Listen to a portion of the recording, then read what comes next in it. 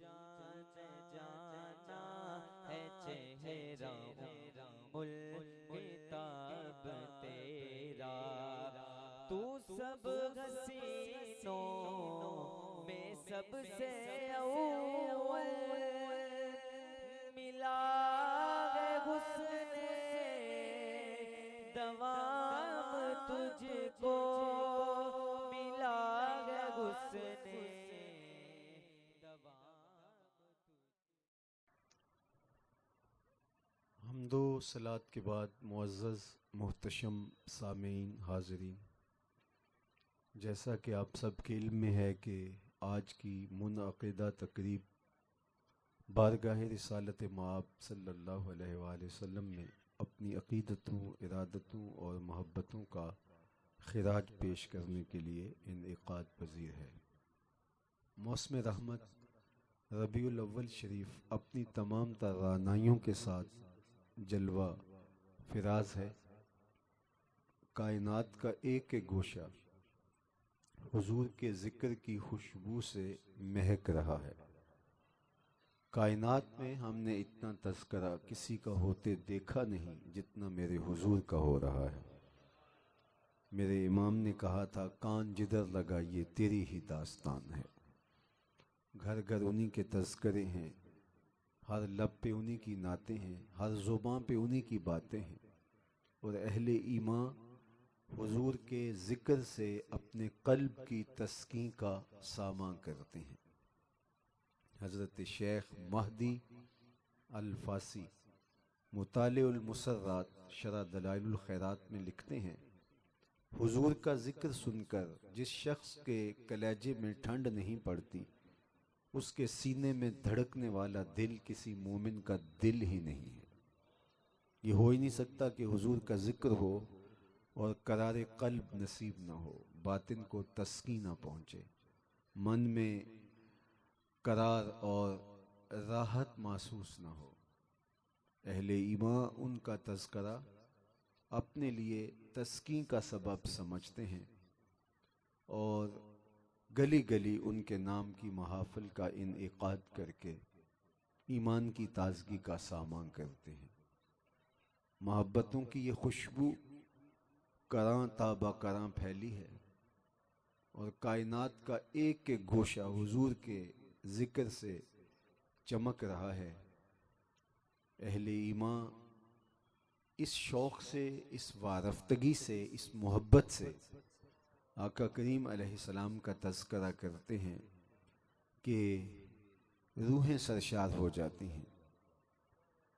हुजूर सदियों कबल इस दुनिया में जलवागर हुए थे, लेकिन माहौल की शगुफ्तगियाँ बताती हैं जैसे कोई कल ही गुजर के गया हो। ज़मीं से आसमां तक, आसमां से लामकां तक है, कहाँ खोले थे गेसू यार ने, खुशबू कहाँ तक है। मोहब्बतों का अजीब समा है और अकीदतों के खूबसूरत रंग हैं। फ्रांस के कुछ गमाश्तों ने यह ख्याल किया, शायद हम पैगंबर रहमत सल्लल्लाहु अलैहि वसल्लम की अज़मतों को दिलों से निकालने की बदकारी कर सकें, और उन्होंने कुछ उल्टी टेढ़ी लकीरें तराश करके उन्हें पैगंबर हुस्न जमाल के खाके करार दे दिया। लेकिन खाके तो खाकियों के होते हैं, जो पैकरे नूर हो उसके खाके कैसे तराशे जा सकते हैं। खाका तो दूर की बात है, मेरे महबूब का तो साया भी नहीं था। आली जनाब साया नदाश्तन, साया शख्स अज शख्स लतीफ तरस्त। हज़रत शेख अहमद फरमाते हैं, किसी शख्स का साया उस शय से ज़्यादा लतीफ़ होता है। जब जनाब रिसालत माब सल्लल्लाहु अलैहि वसल्लम से लतीफ़ कायनात में शय ही कोई नहीं, साया चे माना दारत, तो साया क्या मफहूम रखता है। तो जिसका साया भी नहीं उसका सानी कहाँ, जिसका सानी और साया नहीं उसका खाका कैसे तराशा जा सकता है। कोई तसव्वुर आए, कोई ख्याल को तरतीब दें तो फिर आप कोई रंग बनाएं। यहाँ तो ख्याल बेबस हैं, यहाँ तो सोचें सोख्ता पाएं। जिन्होंने सारी जिंदगी हुजूर को देखा, जब उनसे पूछा गया, हजरत अमर बिन आस रदियल्लाहु ताला अन्हु से कहा कि हम आपसे मिलने आए हैं, तो वो दीवार की जानिब रुख करके रोने लगे। थोड़ी देर के बाद फिर आने वालों की तरफ रुख किया और कहा, लो सुइलत अन असिफहु मा अतक़तु, आने वालों, अगर तुम मुझसे ये पूछने आए हो कि हुजूर कैसे थे, अल्लाह की कसम मैं हुजूर का हुलिया बयान करने की ताकत नहीं रखता। मेरे अंदर हिम्मत नहीं है, मेरे अंदर ताकत नहीं है कि मैं उनके वस्फ बयान करूं। जिन्होंने सारी जिंदगी देखा और जलवों के वफूद में रहे, वो भी कहते हैं कि हमारे बस का रोग नहीं है। तो और कौन है जो उनके नक्शे तराश सके? कौन है जो उनके खाके तराश सके? ये पता नहीं लकीरें तराश करके किसके खाके तराश रहे।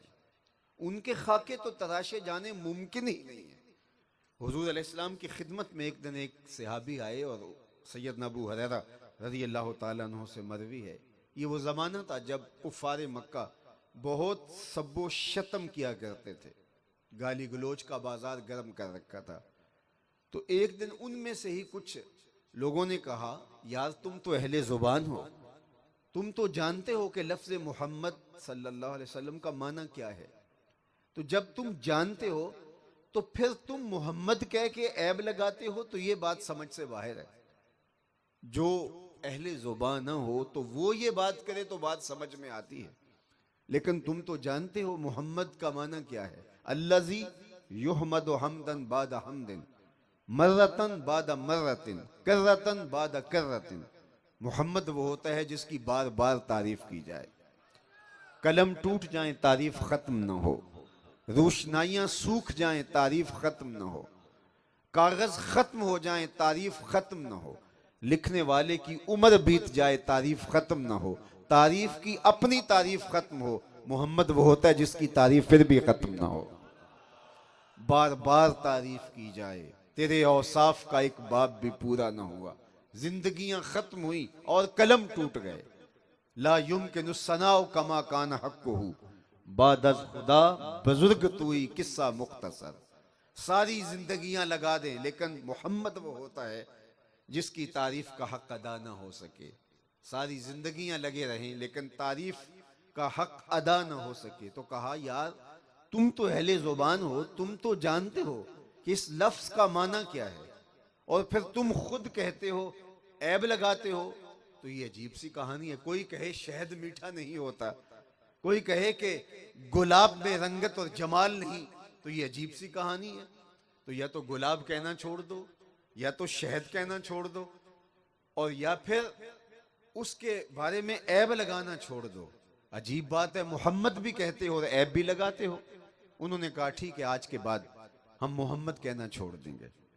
तो उन्होंने मोहम्मद कहना तर्क कर दिया और अपने तौर पे उन्होंने एक नाम रख लिया, मुजम्मम। मुजम्मम का माना है बार बार मुजम्मत किया गया, माज़अल्लाह। तो उन्होंने ये लफ्ज बोल करके इहानत करना शुरू कर दी। सही बुखारी उठाइए, सहाबा हुजूर की खिदमत में हाजिर होकर अर्ज़ गुजार हुए, हुजूर वो मुजम्मम कह कह के गालियां देते हैं। तो आका करीम ने फरमाया, तुमने देखा नहीं अल्लाह ने कुरैश के मुंह को कैसे फेर दिया। यश्तमूना मुजम्ममन व यलअनूना मुजम्ममन व अना मुहम्मदुन। फरमाया, वो किसी मुजम्मम को गालियां दे रहे हैं, मेरे रब ने मुझे मोहम्मद बनाया है। पता नहीं ये किसके खाके तराश रहे हैं। मेरे महबूब की तो मिसल ही मुमकिन नहीं है। मिसले ऊ दर आलमे मुकाम तसव्वुर ने।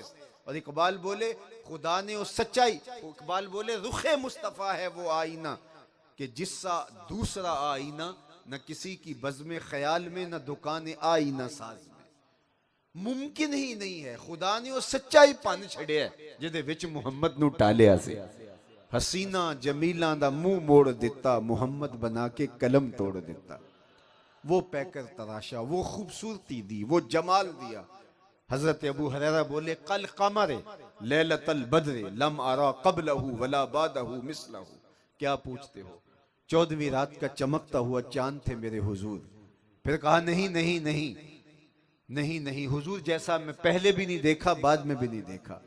और हजरत हसन बिन साबित पास खड़े थे, बोले कैसे देखते, किसी माँ ने जन्म दिया होता तो देखते ना। आज तक किसी माँ ने ऐसा सोना जन्म ही नहीं दिया। अल्लाह अकबर। एक दिन हुजूर सैर करते करते बाहर तशरीफ ले गए। एक चरागाह में ऊंट चर रहे थे। एक सुर्ख रंग का ऊंट हुजूर को पसंद आ गया। बख्त उस ऊंट के जो हुजूर को पसंद आ गया।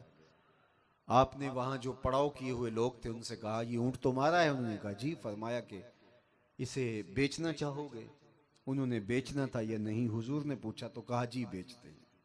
मैं दिल वेचा, मैं जिगर वेचा, जे प्यारा मुहम्मद आ जावे। नहीं मैं अपना सारा कर वेचा जे प्यारा मुहम्मद आ जावे सल्लल्लाहु अलैहि वसल्लम। कि जी हम बेचते हैं। कितने का? इतने का। सौदा तय हो गया। फरमाया मैं ताजराना गरज से तो आया नहीं था कि कोई कीमत साथ लेके आता। मैं सैर करता इधर आ निकला, तुम्हारा ऊंट मुझे पसंद आ गया, तो अगर तुम मुझे ऊंट दे दो तो मैं अपने शहर जाके इसकी कीमत तुम्हें भेज देता हूँ। उन्होंने कहा मैं कोई इतराज नहीं। हुजूर ने ऊंट पकड़ा और चल दिए। जब तक हुजूर दिखाई देते रहे तो वो हुजूर को देखते रहे, और जब आका करीम आंखों से ओझल हो गए तो वो दिल पर हाथ रख के खड़े हो गए। देर तक इस हालत में रहे। जब सकते से बाहर आए तो एक दूसरे से पूछने लगे यार इस शख्स को जानते हो? उन्होंने कहा नहीं हम तो नहीं जानते। जब किसी को नकद सौदा दिया जाए तो उसका अता पता पूछने की जरूरत नहीं होती, और जब आप किसी को उधार देते हैं तो या उसे जानते होते हैं या दरमियान में कोई जामिन होता है या कोई चीज गिरवी रख लेते हैं। तो कहा एक शख्स आया, कीमती ऊंट ले गया, तुम में से उसे जानता भी कोई नहीं, यार कोई पता ही पूछ लेता। एक बोला यार जब वो बातें करता था मुंह से फूल झड़ते थे। इज़ा तकल्लमा रुअया कन्नूर यखरुजु मिन बैन सुनाया हो। यार मैं तो इसी मंजर में खो गया। एक बोला जब मुस्कुराता था सामने वाले पहाड़ों पे अक्स पड़ता था। इज़ा सुर्रा इस्तनारा वजहुहु। एक बोला यार मैं तो उसकी जुल्फों के पेचो खम में खो गया। एक ने कहा यार मैं तो उसकी आंखें ही देखता रह गया। क्या खूब सजन दियां अखियां ने, क्या खूब सजन दियां अखियां ने, जिवें पर के सुराइयां रखियां ने। तू अजे मेरा यार नहीं डिठा जिन्नू वेख के चंद शर्म आवे। अद्धी राती दिन चढ़ जावे जियो रुख तो निकाब उठावे। ते जे ओ निकले सैर करन नू सारा गुलशन सीस नवावे अते धरती लिफ लिफ जावे। जे हथ फुल्लां विच रखदा हथ फुल्लां तो वध जावे। नैण नशीले मस्त रसीले विच सोहना कजल सुहावे। अख उगड़े ते इंज पिया जापे जिवें मैं खाना खुल जावे। तौबा तौबा हुस्न सजन दा चाल ना चली जावे। बिजली डरदी लिश्क ना मारे मतां बेअदबी हो जावे। जे ओ खोले पेच जुल्फ दे अते राही राह भुल जावे। इल्म खुदा ने इना दिता अकला विच ना आवे। अकल खुदा ने इनी दिती इल्मा विच ना आवे। की एजाज नजर विच ओदी जो आवे विक जावे। खुल्क ओदे ने मोह लई दुनिया कोई विरला ही जान बचावे। आजम एडा सोना माही सानू किधरे नजर ना आवे। उन्होंने कहा यार हम तो उसका जमाल ही देखते रह गए, उसकी खूबसूरती में खो गए, किसी को होश ही ना रहा कि उसका पता पूछ लेते। कहा यार जो भी हुआ वो अपने हुस्न का जादू जगा के अपने हुस्न का चिराग जला के ऐसा मबहूत कर गया तुम्हें कि तुम्हारा कीमती ऊंट हथिया के ले गया। जब उन्होंने ये कहा ना ऊंट हथिया के ले गया तो इमाम जुर्कानी ने लिखा है कि अब तक खामोश बैठी काफिले के सरदार की बीवी ने खेमे का पर्दा सरकाया और इन बहस करने वालों से मुखातबत करते हुए कहा आना जामिना तुन ले सामाने जमालेकुम ला यगदिरो बिकुम। खबरदार उसके खिलाफ कोई बात की, अगर वो कीमत ना देने आया तो कीमत मुझसे वसूल कर लेना, मैं उसकी जामिना हूं। उन्होंने कहा अच्छा अच्छा तू उसे जानती है? कहा वल्लाह मैं भी नहीं जानती। तो कहा फिर तुम जमानत कैसे दे रही हो? कहा जब तुम सौदा कर रहे थे मैंने खेमे की ओट से उसका चेहरा देखा था और इतने सोने चेहरे वाला कभी झूठ बोल ही नहीं सकता है। थोड़े लम्हे गुजरे थे कि हुजूर के गुलाम आ गए और कहा कि अहले काफिला कौन है जिनसे हमारे आका ने ऊंट खरीदा? उन्होंने कहा जी हम लोग हैं।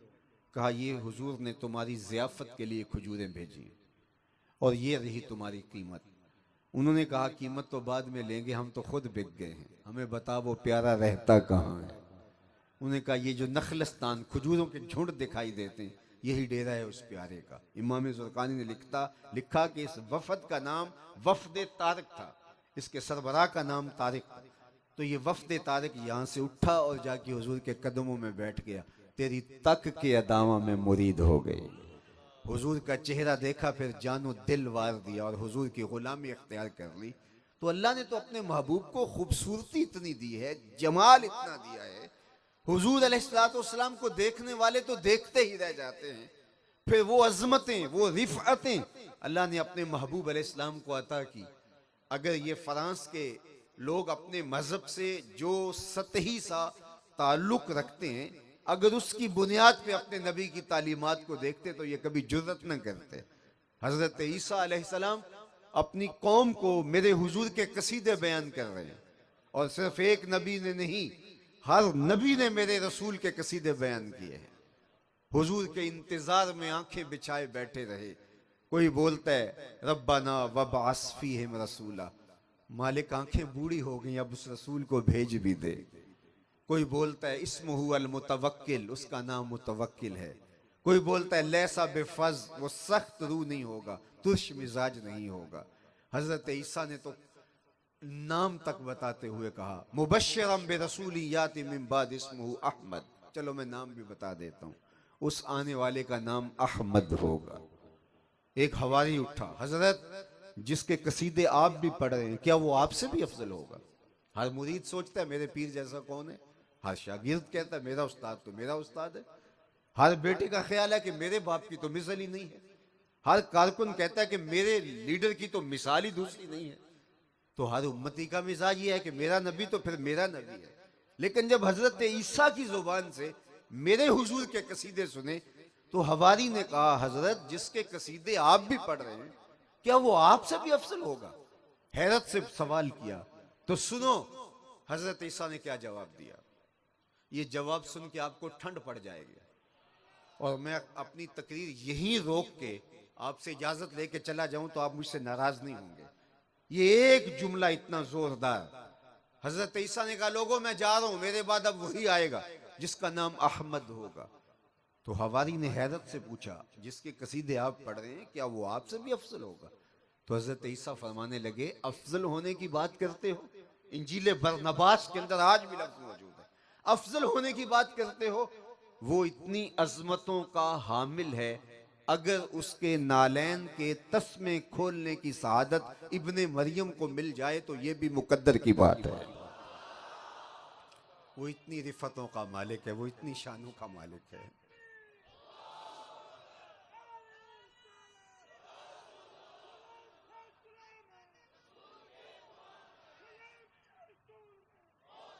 हमें नाज है, हमें नाज है, हम उस नबी के उम्मती हैं जिसके कसीदे रसूलों ने पढ़े हैं, नबी जिसके कसीदे पढ़ते रहे, नबी जिसका इंतजार करते रहे हैं, पैगंबरों की टीमें जिसकी मुंतजर रही हैं, वो जिसके नाम पर दाऊद ने नगमा सराई की, वो जिसके जिक्र पर शाह सुलेमान ने गदाई की, दिले यहया में रह गए अरमा जिसकी जियारत के, लबे ईसा पे आए बाज जिसकी शान रहमत के, जो बन के रोशनी फिर दीदाए याकूब में आया, जिसे यूसुफ ने अपने हुस्न की नए रंग में पाया, नदानम आंगुले खंदा चिरंगो बुदारत के मुर्गे हर चमने आरज़ुए उदारत। हर कोई उसी की राहें तक रहा है, हर कोई उसी के रास्ते में बैठा है। नस्तूरा राहब से पूछिए, बुहैरा राहब से पूछिए, हजरत सलमान फारसी से पूछिए, 350 साल जिंदगी पाई है हजरत सलमान फारसी ने। एक मजूसी के बेटे हैं, अपने बागों में सैर के लिए जाते हैं, रास्ते में एक राहब का कुटिया है, उसके पास उठने बैठने लगे, उसकी बातों से खुशबू आई तो वहां जमने लगे। बाप को जब इल्म हुआ तो रोक दिया, लेकिन बेटा हक की तलाश में निकला था, रुक ना पाया, बाप ने घर से निकाल दिया। सलमान घर से निकले और हक की तलाश में सफ़र जारी किया। एक पादरी से मुलाकात हुई, उसकी गुफ्तगू में सदाकत लगी तो उसकी सोहबत में रहने लगे और उसकी खिदमत करने लगे। मुद्दत मदीद उसकी खिदमत की। एक दिन उसने तन्हाई में बुलाया, कहा कि तूने मेरी बड़ी खिदमत की है, बड़ी नौकरी की है, अब मेरा वक्त आखिर आ गया, मैं कूच करने वाला हूं। मेरी तदफीन के बाद गमूरिया चले जाना, वहां एक राहब है इस नाम का, उससे मुलाकात कर लेना, तुझे खैर मिल जाएगी। कहते हैं वो वाकई 2-3 दिन बाद इंतकाल कर गया। तदफीन के बाद मैं गमूरिया आ गया और उस निशानी का शख्स मुझे मिल गया। मैंने उसकी खिदमत में अपने आप को वक्फ कर दिया और एक मुद्दत उसकी खिदमत करता रहा। वो वाकया खुदा रसीदा शख्स था। एक दिन उसने मुझे तन्हाई में बुला के कहा कि तूने उस पादरी की भी बड़ी खिदमत की और अब मेरी भी खिदमत की, अब मेरे कूच के लम्हे भी करीब आ गए, अब कोई ऐसा ईसाइयत में शख्स नहीं रहा जिसके पास मैं तुझे भेज सकूं, लेकिन नबी आखिरुज़्ज़मां के ज़हूर का वक्त आ गया है, इसलिए मेरे इंतकाल के बाद तू यसरब चले जाना, तुझे उस नबी का दामन नसीब हो जाएगा। कहते हैं मैंने उसको कहा कि मैंने बड़ा सफ़र काटा है, घर छोड़ा, माँ बाप, वतन मालूफ और आबाद माहौल, बागात तरक किए और फिर पादरी की खिदमत की, फिर आपकी नौकरी की, तो मेरा सफ़र मुख्तसर होना चाहिए। और दूसरी बात कि कहीं ऐसा ना हो कि मैं कहीं धोखा ना खा जाऊं, कोई मुद्दई मुझे अपने जाल में ना फांस ले, तो मुझे कोई ऐसी निशानी बताएं कि मैं मकसूद तक पहुंच जाऊं। उसने कहा 3 निशानियां हैं। एक निशानी तो यह है कि वो नबी आखिर ज़मां सदका कबूल नहीं करेगा। दूसरी निशानी यह है कि वो हदिया रद्द नहीं करेगा। तीसरी निशानी यह है कि उसके 2 कंधों के दरमियान मोहर नबूवत होगी। कहते हैं वो इंतकाल कर गया और मैं तदफीन के बाद यसरब की तरफ जाने वाले काफिलों की तलाश में निकला, तो एक काफिले के साथ मैं यसरब की राह ली। मुझे तन्हा समझ के उन्होंने अपना गुलाम बना लिया, लेकिन मेरे पे मेहरबानी की कि बेचा जाके मदीने में, बेचा जाके उस जगह पे जहां मैंने जाना था। एक यहूदी ने मुझे खरीद लिया और अपने बाग में काम काज के लिए लगा दिया। मैं गोडी करूं, बाग को पानी दूं, खिदमत करूं, लेकिन उस दिन के इंतजार में कि वो घड़ियां आए कि नबी आखिरुज़्ज़मां हिजरत करके मदीने तशरीफ लाएं। लैलो नहार करवटें बदलते रहे और इंतजार के लम्हे तवील होते रहे। शबे हिजर की सख्तियां कोई उससे जाके पूछे, तेरी राह तकते तकते जिसे सुबह हो गई। कहा एक दिन मैं अपने बाग में खजूरें तोड़ रहा था और खजूर पे चढ़ा था कि अचानक हवाओं में इत्र फैल गया और ताला अल बद्र अलैना की सदाएं गूंजने लगी। मैं समझ गया कि मेरा मकसूद आ गया। हवाओं में खुशबू ही खुशबू। मैंने जल्दी से छलांग लगाई और भाग खड़ा हुआ। मेरे आका ने समझा शायद गुलाम भाग गया, तो उसने दौड़ के मुझे पकड़ लिया। तो मैंने उसको कहा कि मैं भागा नहीं हूं, मैं गुलाम तेरा ही हूं, लेकिन दिल नौकर किसी और का है। मैंने खजूरें सदके की नीयत से साथ ले ली थी और हुजूर की खिदमत में पहुंचा और जाके पेश की। फरमाया हम नबी सदका कबूल नहीं किया करते। कहा एक निशानी भी पूरी हो गई और हुजूर का चेहरा सबसे बड़ा निशान था। मैं बेताबी में था कि लेकिन मैं ये सोच रहा था अच्छा निशानियां पूरी हो ही लें। फिर चंद दिन डाल के फिर गया और मैं खजूरें ली और नियत हदिया की थी और जाके मैंने पेश की। फरमाया हाँ हम हदिया कबूल कर लेते हैं। अब तीसरी निशानी पूरी होने में देर लग रही थी, मौका नहीं मिल रहा था। एक दिन करम हुआ कि हुजूर मेरे बाग में तशरीफ ले आए और आका करीम ने अपनी चादर अपने मुबारक कंधे पर डाली थी और हवा चल रही थी और मैं हुजूर के पीछे पीछे होता था। मेरी आरज़ू ये थी कि कोई हवा का तेज झोंका आए और चादर हटे और मैं मोहर नबूवत की ज़ियारत कर लूं। आका करीम मेरे इरादा एक कल्ब से आगाह हुए। फ़अल का इलैया रिदाअहु, हुजूर ने चादर उतार के मेरी जानब फेंकी और अपनी कमर को खम दे के मेरी जानब करते हुए फरमाया उन्जुर इला मा उमिरता बिही, उस पादरी ने जो बताया था देख ले। तो कहा मैंने हुजूर के 2 कंधों के दरमियान मोहर नबूवत देखी और हुजूर के हाथ पर इस्लाम कबूल कर लिया लिपट के कदमों से। फिर मेरे आका ने भी बाहों में लिया और फरमाया सलमान मिन अहल बैत, सलमान मेरे अहले बैत से है, शनाख्त दे दी अपनी। और हजरत सलमान फारसी से कोई पूछा करता था कि तुम्हारा नाम क्या, तो वो कहते सलमान बिन इस्लाम, मैं इस्लाम का बेटा सलमान हूं, मुझे शनाख्त हुजूर ने दी है, मुझे पहचान हुजूर ने दी है, अपने अहले बैत में शामिल कर लिया, इज्जत की मसनद पे बिठा दिया। आप उनसे पूछो जिन्होंने राहें तकी, शबे हिजर की सख्तियां हम जाने या खुदा जाने, बला कशों पे जो गुजरी जाहिद तेरी बला जाने। तुझे क्या पता कि किन मुशक्कतों से इंसानी काफिलों ने राहों की खाक छान छान कर इस दर तक रसाई हासिल की। कितने रत जगह काटे लोगों ने, अरब के रेगजारों में दबी हुई मासूम बच्चियों ने आंखों में अश्कों के कशकोल सजाए, कितने हाथ फैलाए, मालिक वो मऊद कब आएगा जिसका इंतजार किया गया है। अल्लाह वो कब हमारी फरियाद सुनने के लिए जलवागर होगा। बेवाओं की सिसकियां, यतीमों की आहें, गुलामों की चीखें जब अर्श मुअल्ला से टकराई, अल्लाह को दुखी इंसानियत पे रहम आ गया। आमिना की आगोश में मोहम्मद अरबी तशरीफ ले आए, गुलामी की जंजीरें टूटने लगी। आपने उलमा से सुना कि सवैबा ने जाके अबू लहब से कहा था कि तेरे मरहूम भाई के यहाँ बेटा हुआ, तो उसने कहा जा तू आजाद है, तो उसका फायदा उसको हुआ। लेकिन मैं आपकी तवज्जो जिस पहलू की तरफ दिलाना चाहता हूं वो ये कि हुजूर ने सहने कायनात में कदम रखे, गुलामी की जंजीरें टूटने लगी, गुलामों को इज्जत मिलने लगी। वो गुलाम जो आका का जूता धूप से उठा के छांव में रखे, आका इस पे भी कोड़े मारे कि तूने मुझे पूछा क्यों नहीं, तेरी खुए गुलामी बदल रही है।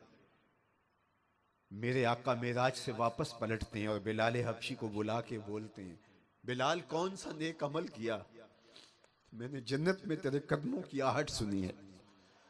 क्या ख्याल है इस एक जुमले ने दौरे गुलामी की सारी थकन उतार नहीं दी होगी, और बिलाल फर्श से उठ के फिराजी अरश पे नहीं पहुंच गया होगा।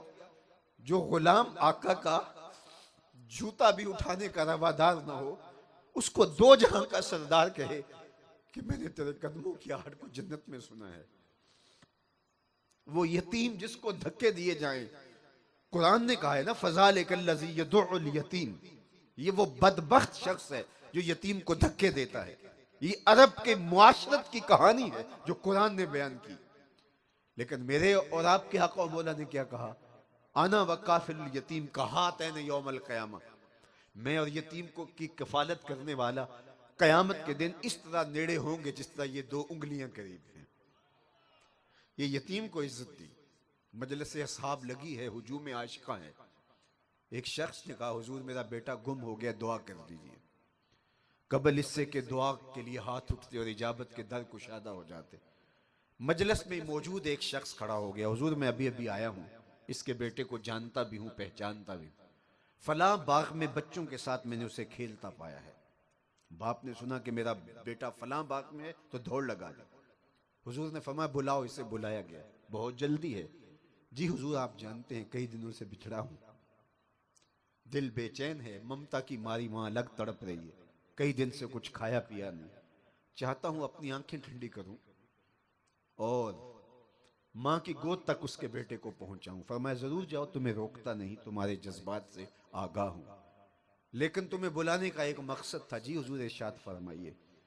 फरमाया जब बाग किनारे जाओ और बच्चों के साथ अपने बेटे को खेलता हुआ पाओ तो उसको बेटा बेटा कह के आवाजें ना देने लग जाना, उसको नाम से पुकारना जो तुमने रखा हुआ है। अर्ज की हुजूर वो मेरा बेटा है, अगर बेटा कह के पुकारूं तो हर्ज भी क्या है। फरमाया नाम भी तो तुमने रखा है, उस नाम से पुकारना। जी हुजूर तामील इरशाद होगी, लेकिन उसको मैं बेटा कह के क्यों नहीं पुकार सकता। फरमाया ये शौक घर जाके पूरा कर लेना, घर जाके बेटा कह के पुकार लेना, लेकिन जब बच्चे मुश्तरक खेल रहे हो तो अपने बेटे को बेटा कह के आवाज नहीं देनी। हुजूर ऐसा ही होगा, लेकिन इरशाद फरमाइए। फरमाया तुम कई दिनों से बिछड़े हो, तुम्हारे लहजे में बला का रस होगा और तुम नहीं जानते, हो सकते है खेलने वालों में कोई यतीम भी खेल रहा हो। और जब तुम अपने बेटे को बेटा कह के पुकारोगे तो उसका कलेजा चिर जाएगा कि काश आज मेरा बाप होता तो मुझे भी बेटा कह के पुकारता। तो कहा कि ये शौक घर जाके पूरा कर लेना, घर जाके ये शौक पूरा कर लेना। कौन है जो यतीम की नज़ाकत कल्बिया का इतना ख्याल रखे? कौन है जो इतना दर्द दिल रखे सीने में? कौन है जो लाचारों के लिए हमदर्दी के ये जज्बात रखे? क्या महबूब का हक ये था कि जिस पैगंबर ने इंसानियत को एहसास दिया, यतीमों को उठा के औजे सुरैया तक पहुंचाया, क्या तुम लकीरें तराश के उस पैगंबर के खाके तराशोगे और खाके करार दोगे? क्या ये हक था? मेरे हुजूर ने जो दीन दिया, उस दीन में यहां तक फरमाया कि बेवा के सामने अपनी बीवी से मुलातफत का इजहार न करो, उसे शौहर याद आएगा। यहां तक फरमाया अपनी गोश्त की खुशबू से गरीब हमसाए को तकलीफ न दो। चूंकि फरमाया कि या तो थोड़ा सा पानी ज्यादा डाल लो, शोरबे की प्याली गरीब के घर भी भेज दो, और अगर तुम ऐसा नहीं कर सकते तो ऐसे जाविये में या ऐसे वक्त में वो गोश्त पकाओ कि उस गोश्त की महक गरीब तक न पहुंच पाए। अगर बच्चे जिद कर बैठे, महक पहुंच गई, तो उन बिलकते बच्चों के आंसू कौन पूछेगा? वो क्या किसी ने कहा था ना, दोपहर को सुला देती है बच्चों को वो इस डर से, दोपहर को सुला देती है बच्चों को वो इस डर से गली में फिर खिलौने बेचने वाला ना आ जाए। लेकिन हमने देखा हम अपने रवैयों से लोगों के लिए अजियत बनते हैं। हमें तो यह भी कहा गया आप हज या उम्रा करके आए, तो वो लोग जो बेचारे बहुत गरीब हैं और उनके पास इस्तात नहीं है, तो उनको भी ज्यादा बातें ना सुनाएं, उनका दिल दुखी होगा, तड़प उनकी बढ़ जाएगी, लेकिन रास्ता नहीं मिलेगा। तुम अपने हज की बातें, अपने उम्रे की बातें गरीबों में बैठ के ना करो, और तुम अपनी गाड़ियों के तबसरे करते हो, तुम अपने बंगलों की कहानियां गरीबों में बैठ के करते हो, तुम करोड़ों और अरबों की बातें छेड़ लेते हो गरीबों में। किसी ने कहा था कि गरीब अमीर लोग आसाइश ना छोड़े, भले ना छोड़े, लेकिन नमाइश छोड़ दें तो गरीबों की जान सौखी हो सकती है। हमारे देहातों में एक रस्म पाई जाती है, शायद आपके इलाके में भी हो, रस्म विखाला, और वो ये है कि जब हम बेटी की शादी करते हैं तो उसका जहेज चारपाइयों पे बिछा देते हैं, और फिर एक औरत जाके मोहल्ले में पैगाम दे करके आती है कि हमारी बेटी का जहेज देख जाओ। फिर मोहल्ले की औरतें जहेज देखने आती हैं। यार दिया तो हमने अपनी बेटी को है, लेकिन लोगों को क्यों दिखला रहे हैं? सिर्फ दाद वसूल करने के लिए। अगले दिन चौपालों में, तंदूरों पे, बैठकों में, गलियों में, बाजारों में, घरों में तबसरे होंगे, सेठ साहब ने, फलां साहब ने, मलक साहब ने, चौधरी साहब ने कमाल कर दिया, अपनी बेटी को बड़ा जहेज दिया। ठीक है, दाद मिल गई, तुम्हें दाद वसूल हो गई, लोगों ने भी वाह वाह के डोंगरे बरसा लिए, लेकिन तुमने ना सोचा कि तुम्हारी बेटी का जहेज देखने के लिए उस मजदूर की बेटी भी आई जो बुढ़ापे के बावजूद मजदूरों वाले अड्डे पे जाके बैठता है और उसे बूढ़ा समझ के कोई कबूल नहीं करता, और वो रोटी का डब्बा रोटी बांध करके साथ ले गया होता है, और वो लपक लपक के आने वालों को कहता है मुझे 10 रुपए कम दे देना, मुझे ले जाओ, लेकिन उसे कोई कबूल नहीं करता। ये बूढ़ा क्या काम करेगा? और जब दोपहर चमकने लगती है तो वो मायूस हो जाता है, तो वही डब्बा लटकाए हुए घर वापस पलटता है। किसी के पास पैमाना है, तराजू है, जो उसके वजनों के बोझ को, उसके पांव के बोझल, उसके बोझल पांव का वजन कर सके? कितना मुश्किल होता है उसका घर पलटना और घर की दहलीज अबूर करना और अपनी बीवी और बेटियों का सामना करना। और घर के अंदर जब वो दाखिल होता है तो घर की दहलीज पे बूढ़ी होने वाली बेटी, जिसकी उम्मीदें पहले ही टूट रही होती हैं, शिकस्त और रेख का शिकार हो रही होती है, वो जब अपने बाप को आज भी खाली आता देखती है तो कोई उसके जज्बात को नाप सकता है? तुम्हारी बेटी का जहेज देखने के लिए उस मजदूर की बेटी भी आई। तुमने तो दाद वसूल कर ली, लेकिन उसके रिश्ते हुए जख्मों पे फाहा कौन रखेगा। तारा टूटता सब ने देखा, ये ना देखा एक ने भी, किसकी आंख से आंसू टपका, किसका सहारा छूट गया। तो मेरे हुजूर ने जो दीन दिया, उस दीन में कहा कि यतीम के सामने अपने बेटे से भी मुलातफत का इजहार नहीं करना, उसको बेटा कह के भी ना पुकारो, उससे लाड प्यार भी ना करना, घर जाके कर लेना, ताकि कहीं यतीम को अपना बाप ना याद आने लग जाए। ये मेरे हुजूर का दिया हुआ दीन है, ये मेरे हुजूर की दी हुई शरीयत है। साहिबो, हुजूर के मिलाद में आने वालों, अपने रवैयों पे जरूर गौर करना। हमारे किसी अमल की वजह से हमारा हमसाया, हमारा रिश्तेदार, हुजूर का कोई गुलाम दुखी तो नहीं हो रहा। मत नमाइशी जिंदगी में लोगों के कलेजे चीरो, अपनी जिंदगी को मुरत्तब करो, खूबसूरत करो, नफ्स के गुलाम ना बनो, रसूलुल्लाह के गुलाम बनो। ख्वाहिशात की जिंदगी ना गुजारो, रसूलुल्लाह की अताअत की जिंदगी गुजारो।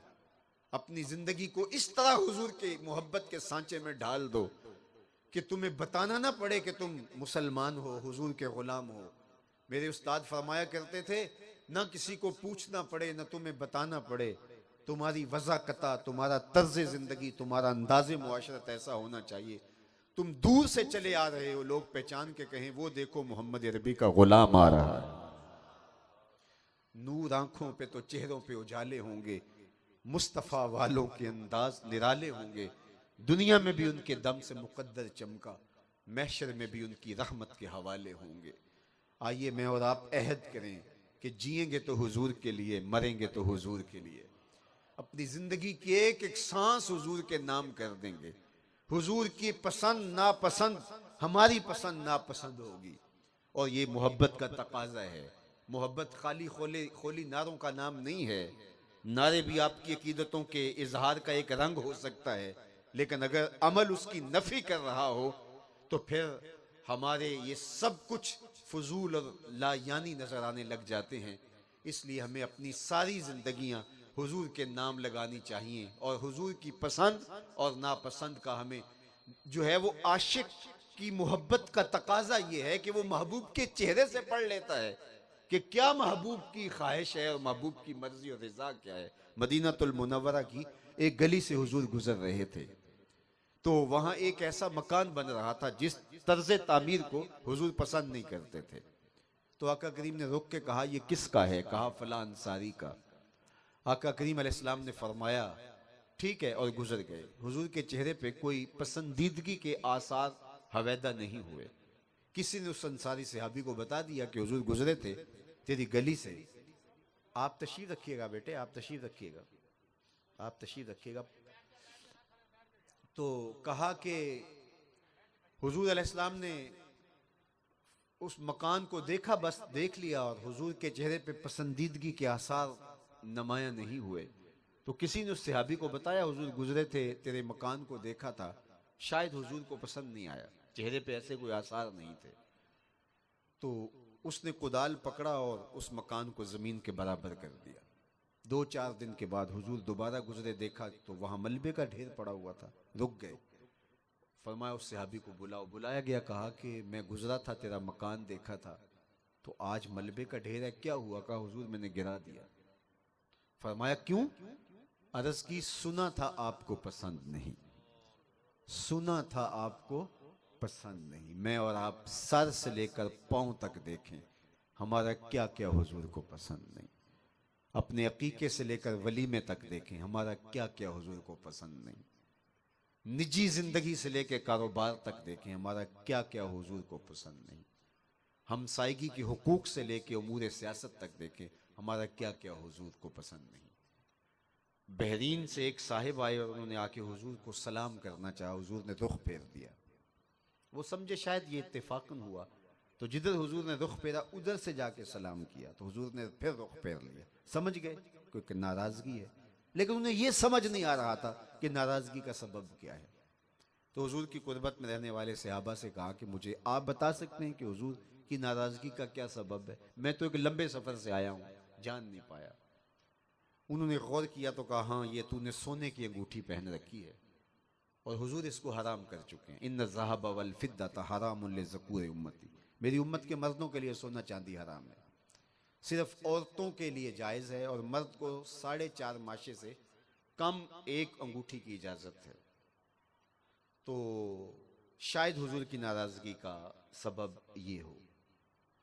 तो वो आगे बढ़ा और उसने कहा मैं क्यों गुनाह बेलज्जत नूर अंगूठी उतार के हुजूर की खिदमत में पेश करते। हुआ कहा हुजूर इस वजह से नाराज़ हैं। तो आका करीम ने यूं पकड़ी और यूं फेंक दी।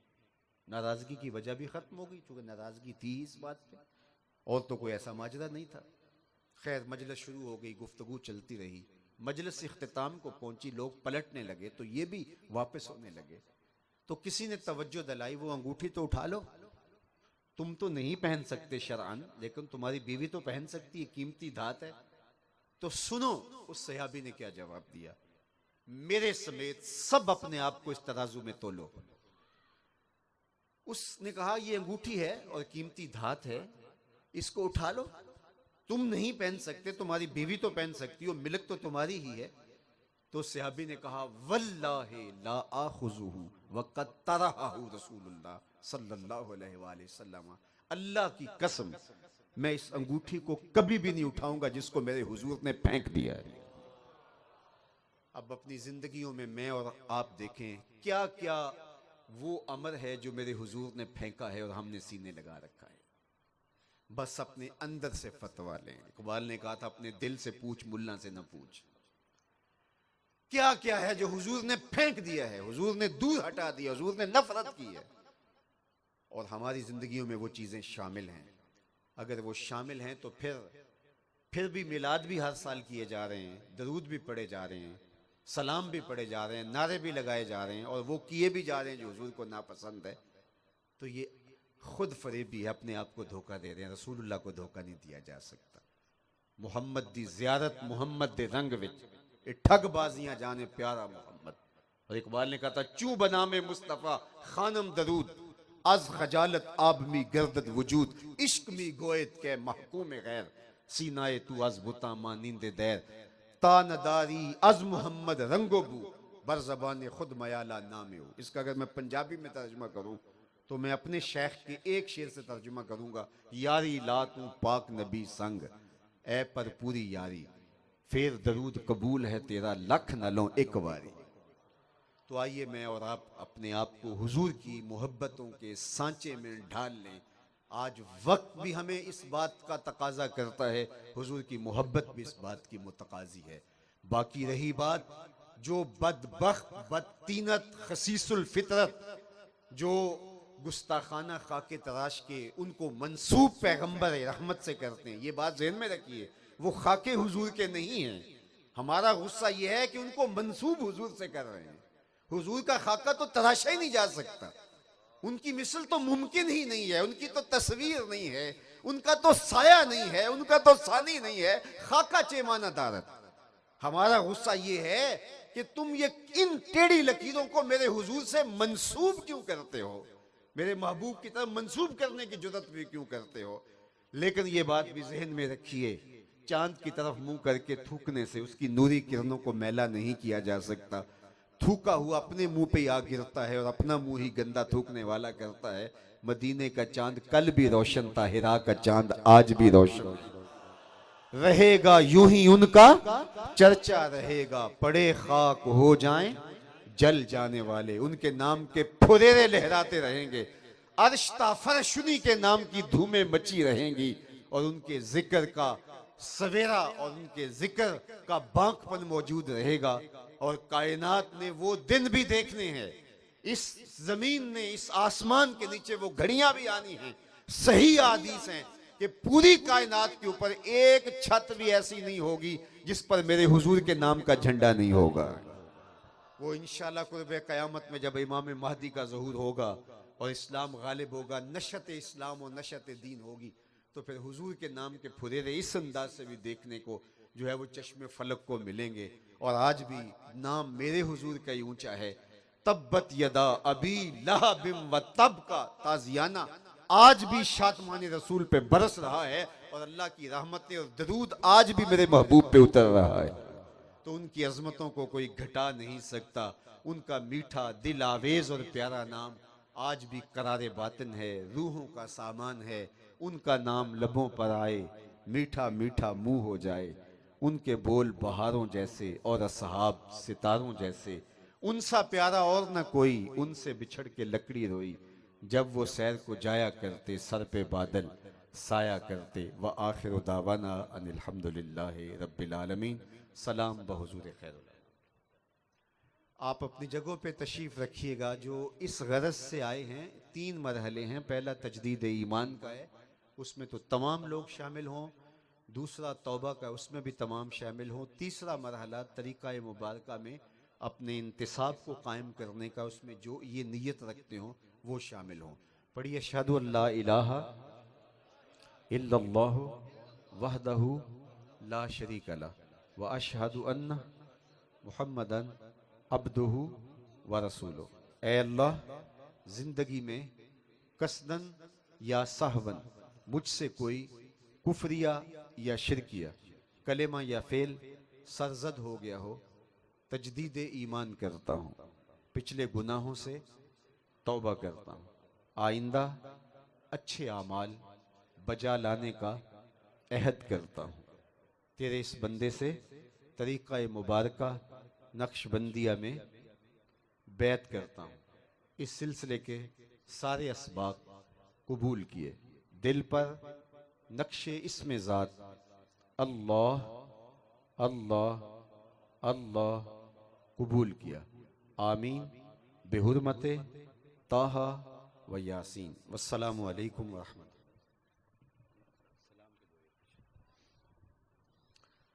मुस्तफ़ा जाने रहमत पे लाखों सलाम, शम्ए बज़ में हिदायत पे लाखों सलाम, शम्ए बज़ में हिदायत पे लाखों सलाम।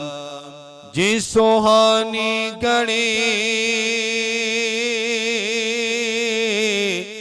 चमका तैबा का चाँद, जी सुहानी घड़ी चमका तैबा का चाँद। उस दिन अफरोज़े सात फैला हो सलाम। मुस्तफ़ा जाने रहमत फैला हो सलाम, शम्ए बज़ में हिदायत फैला हो सलाम। हाथ जिसे उठा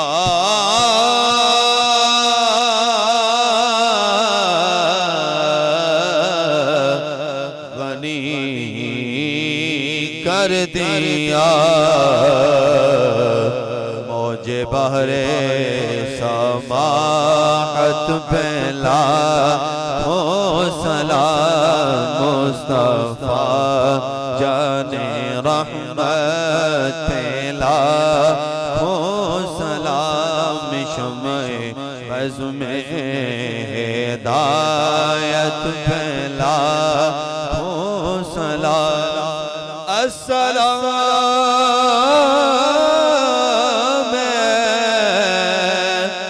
गुलशन वहदत के फूल, ये सलामे आज जाना हो कबूल।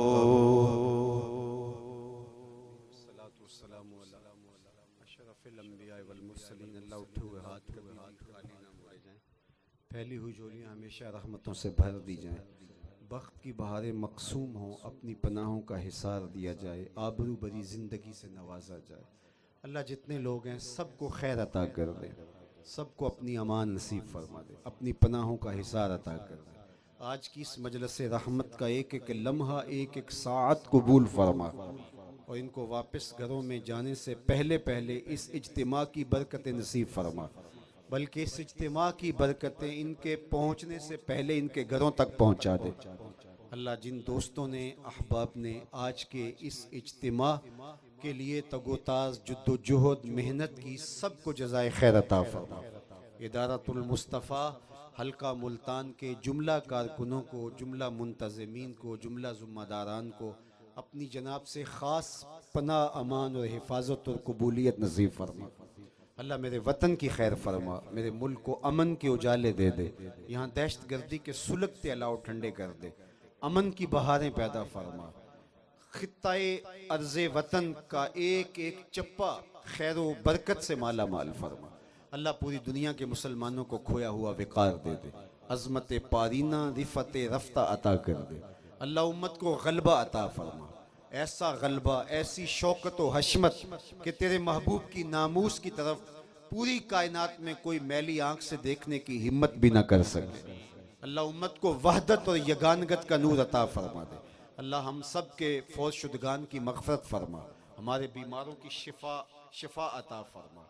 शेख सईद अहमद साहब के लिए तेरी बारगाह में मग़फ़रत व बख्शिश की दुआ लिए हाजिर हैं। अल्लाह अपने करम से उनको अपनी ख़ास अमान बरज़खी ज़िंदगी के बेहतरीन मक़सूम फरमा दे।